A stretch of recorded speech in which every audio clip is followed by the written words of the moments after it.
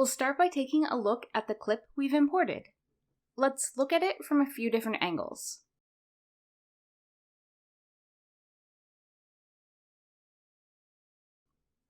The first 87 frames are fairly similar. Our actors' hands stay close to their face, and there's not much movement in the fabric. Then, from frames 95 to 140, the actor crouches, dramatically changing the shape of the mesh and losing contact with the mask. Finally, from frame 170 onwards, she stands up again. There's some nice variance in the actors' movements, plus considerable secondary motion from their costume, which will make this an interesting clip to stabilize. Before creating our interval, let's set the default settings for a stabilized stage. To quickly establish the default parameters for the whole stage, make sure the playhead is outside of an interval and change the parameters to set the default. Any intervals created afterwards on this stage will inherit those parameters. For our first stage, we're going to keep our parameters pretty close to the recommended values. We'll set the alpha rigid to 150. This will help to see how having a slightly higher focus on preserving the rigidity of the pose works in our clip. We'll set the alpha smooth up to 250 to see how a high smoothness may help our clip. We'll set the match distance limit to 0.08, with the smooth, sweeping gestures sometimes taken by our actor allowing a high distance limit will be necessary for good pairs to be made between our target and source poses. We'll leave the error max at 0.085 and have the sample radius factor at 10.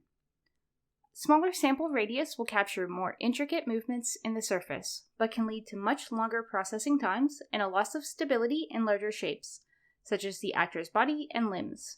Sample radius is modified by the average edge length of your mesh, so a very high polygon mesh will need a much higher setting to produce a similar amount of nodes.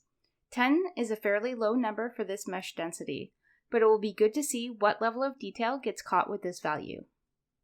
Next, let's pick some intervals that are representative of the actions performed in our clip. Let's set one from frames 25 to 44.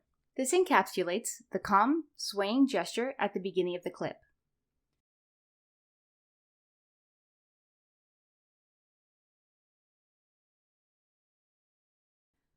For the next, let's try frames 95 to 114.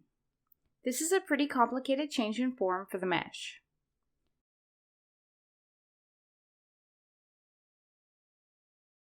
And for the final segment, we'll use frames 200 to 219. We have some nice dynamic movement of the sleeve, as well as the gun prop our actor carries, changing from a contiguous mesh with the torso to a separate piece held in the actor's hand. Stage settings are set per interval, and the interval currently under the playhead is the one that the settings on the track view correspond to. So if we wanted to adjust any of the parameters in the stage, we'd simply move the playhead to the desired interval and make whatever adjustments are necessary. We want to run several tests at once, so we're going to add 2 more stabilization stages below our first to run with different settings. Being able to run all 3 stages at once will save us some time while testing our parameters. For the second stage, we'll drop some of our parameters and apply a different sample radius factor. We'll set the alpha rigid to 125. This will allow deformation to be a bit more flexible to try and achieve a matching result pose. The alpha smooth down to 15.